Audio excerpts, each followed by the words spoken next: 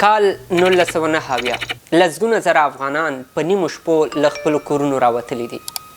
په سختو غرونو او دښتو کې د سپوږمۍ رڼا ته پیاده مزل کوي. د سلګونه میله پیاده مزل وروسته د ډیورنډ کرښې اخوا په داسې شاړو دښتو کې اړی چې نه پکې د خوراک او نه د څښاک څه شته. دوی مهاجر شول او په همدې شاړو دښتو او خیمو کې به باران، یخني او ګرمي حتما تیری. ځکه د نړیوالو هغه مرستې چې د دوی په نوم رالیږل شوي دي پاکستان هغه نیمایي له ځان سره ږدي او نیمایي د جهادي ګوندونو مشرانو ته ورکوي او ګوندونه یې د خپلې مبارزې په لار کې مصرفوي. د توهین او سپکاوي په خوا کې د پولیسو ناسم چلن، وهل ټکول او د لومړنیو خدماتو نشتون هغه څه و چې مهاجرین ورسره عادت شوي وو. له 40 کلونو وروسته په دې دښتو کې یوازینی بدلون دا راغی چې خیمې په خامو دیوالونو بدلې شوې او بس.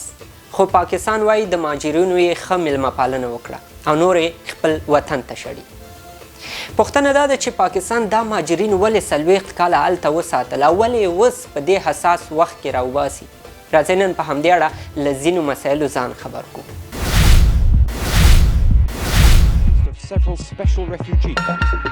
غیر قانونی افغان باشندوں کی وطن واپسی کا سلسلہ جاری ہے. اکنون نزدیک به 500,000 تن را از این کشور اخراج کردند. Security forces started rounding people up and taking them to holding centers.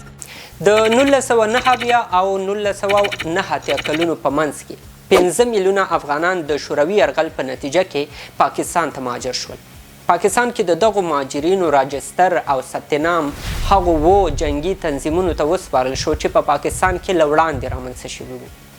دغو تنظیمونو په کمپونو کې افغانان یوازې د مهاجر په توګه نه ثبتول بلکې د خپل تنظیم او ډلې د غړي په توګه یې هم ثبتول څو افغانستان ته یې د جګړې لپاره واستوي.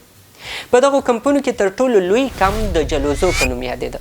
د جلوزو کمپ 120,000 افغان مهاجرین لرل. شمشتو چې د حزب اسلامي کمپ 53,000 مهاجرین پکې ځای په ځای شوي وو.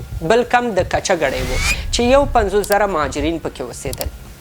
ډېر نور افغانان له دغو لویو کمپونو ورهخوا په نورو وړو کمپونو کې هم میشت شوي وو. ځینې په مانسیرا، ځینې په کوارډ، ځینې په انګو او نورو بېلابېلو ځایونو کې ځای په ځای شوي وو.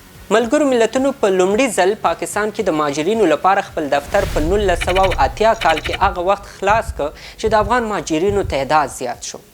پاکستان له موقع په استفادې سم د واره د افغان مهاجرینو لپاره یو کمیسیون جوړ کړ چې کمشنریټ یې باله او د دغه کمشنریټ وظیفه دا وه چې د ملګرو ملتونو په ګډون د نورو بهرنیو مؤسسو مرستې په افغان مهاجرینو وویشي. د ملګرو ملتونو د بشري چارو د همغږۍ دفتر په دغه راپور کې ویلي چې دوی تر 2004 کاله پورې پاکستان ته څه باندې $1 میلیارډ په دې خاطر ورکړي دي چې په افغان مهاجرینو یې وویشي او له هغوی سره مرستې وکړي.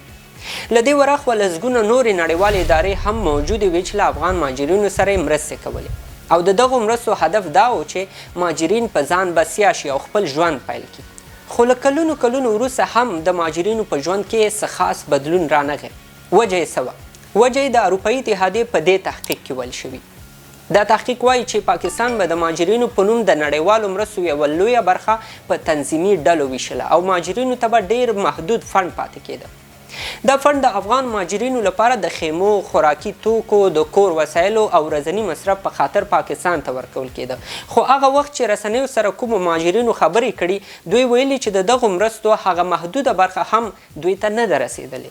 ملل متحد په دغه راپور کې ویلي چې د پاکستان او UNHCR ترمنځ څو وارې د افغان مهاجرینو په سر تون مذاکرات شوي دي او لامل یې دا و چې پاکستان به د مهاجرینو په سر د ډېر فنډ غوښتنه کوله. له 1990 کال را په دې خوا په ځانګړي ډول په 2000 کال کې په پاکستان د نړیوالو سازمانونو فنډ یو څه بند شو. پاکستان سمدستي له مهاجرینو سره خپله رویه بدله کړه او اعلان یې وکړ چې مهاجرین په جبري ډول بیرته خپل وطن ته ستنوي.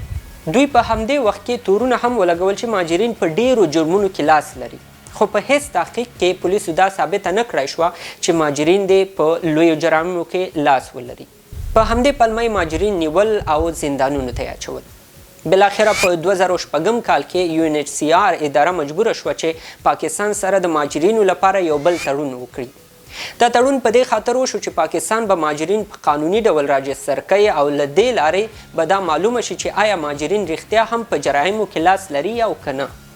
په 2009 کال کې 1.5 میلیونه مهاجرین ثبت او راجستر شول او پاکستان د فنډ له ترلاسه کولو وروسته د مهاجرینو نیول او شکنجه کول هم بند کړل خو د مهاجرینو لپاره دې راحتۍ ډیر دوام ونه کړ. په 2014 کال کې چې په پېښور کې په یو ښوونځي برید وشو پاکستان د مهاجرینو په ضد خپله پالیسي لا نوره سخته کړه او زرګونه افغانان یې زنداني کړل او هلته به یې شکنجه کول هم. د بشري حقونو په یو راپور کې ویل شوي پاکستاني پولیسو به د مهاجرینو په کورونو چاپې وهلې، مالونه او سرمایې به یې ضبط کولې، په هر بازار او سړک کې به یې بې حیثیته کېدل، توهین به یې کېده، کنځلې به ورته کېدلې او د بیرته خلاصون لپاره به ترې د ډېرو پیسو رشوت هم غوښتل کېده. د UNHCR د یو راپور له مخې یوازې په 2014 کال کې 5895 مهاجرین او په 2019 کال کې 3744 مهاجرین زندانه شوي او له سختې شکنجې سره مخ شوي دي. له دې هر څه وراخوا مهاجرین په پاکستان کې د دینی مدرسو شاګردان او استادان هم پاتې شوي دي او په تیرو 20 کلونو کې له دغو مهاجرینو نه په افغانستان کې د جګړې لپاره لویه استفاده هم شوې ده. له 2000 لومړي کال را پدې خوا په هر مهاجر کیمپ کې به د افغانستان د اسلامي جمهوریت په ضد تبلیغات کېدل او هغه نظام باید کفري نظام باله. حتی په ځانګړي ورځو او اخترونو کې به له نامعلوم لوري نه د اردو ژبې ویناوال راغوښتل کېدل. په جذباتي انداز به خلک په افغانستان او کشمیر کې جګړې ته دعوتول. نو له دې هر څه معلومیږي چې پاکستان په تیرو 40 کلونو کې افغان مهاجرین د هرې وسیلې په توګه کارولي دي. کله چې به د پاکستان اقتصادي حالت خراب شو د نړیوالې ټولنې لپاره به مهاجرین د فشار د آلې په توګه کارول او کله چې به افغان دولت د پاکستان د پالیسیو خلاف اقدام کاوه پاکستان به د مهاجرینو په یو ځای د ویستلو اعلان وکړ او دا معلومه ده چې 3 میلیونه خلک په یو ځایي شکل په یو هیواد ورننوځي حتما بحران رامنځته کوي او دا یو لوی فشار حسابیږي. نو اوسنی وضعیت هم کټ مټ هماغه پخوانۍ کیسه ده. پاکستان دا اوس د تاریخ تر ټولو بد اقتصادي ناورین سره مخ دی. د اجناسو قیمتونه په ټول آسیا کې اوچترینې درجې ته رسیدلي دي او د حالاتو په وړاندې د عامو خلکو تظاهرات تر بل هر وخت زیات شوي دي.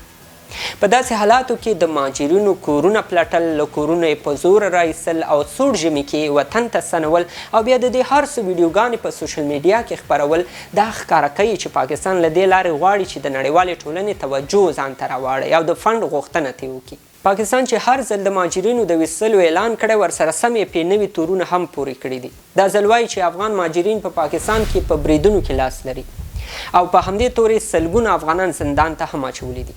په مهاجرینو دا ټول ظلمونه د فنډ ورخوا په دې خاطر هم کیږي چې په افغانستان کې اوسنی نظام تر خپل کنټرول لاندې وساتي او لکه د پخوانیو دولتونو په څیر دا ځل هم غواړي د مهاجرینو په ستنولو سره په اوسني نظام فشار راوړي. بالاخره سیاستونه دومره ظالم شي چې د خپلو مفاداتو لپاره یو مسلمان ګاونډی دې ته هم نه ګوري چې موسم یخ شي په کورونو کې هم ګزاره سختیږي. پاتې لا په خیمو کې خو قسمت به د هغو ښیي چې لا خیمه ورورسي. د دغو مهاجرینو پلرونو او نیکونو هم په خیمو کې ژوند وکړ. 40 کاله په پردي وطن کې دشتې آبادې کړې. اوس یې بچیان کټ مټ هماغه حالات په خپل وطن کې تجربه کوي. خو خیر د هیلهمندۍ خبر دا دی چې د بیلابیلو سروېګانو او تحقیقي مقالو له مخې هغه افغانان چې له 2000 لومړي کال راوروسته خپل وطن ته راستانه شوي په ژوند کې 100% مثبت بدلون راغلی او د خپل کور، کاروبار او ژوند مالکان شوي دي. په دې هیله چې د ټولو نوو راستانه شوو هیوادوالو په ژوند کې هم 100% مثبت بدلون راشي او بیا هیڅوک له داسې حالت سره مخ نشي چې په زور او جبر د خپل کور، کلي او وطن پرېښودو ته مجبوره شي. الله مو مل.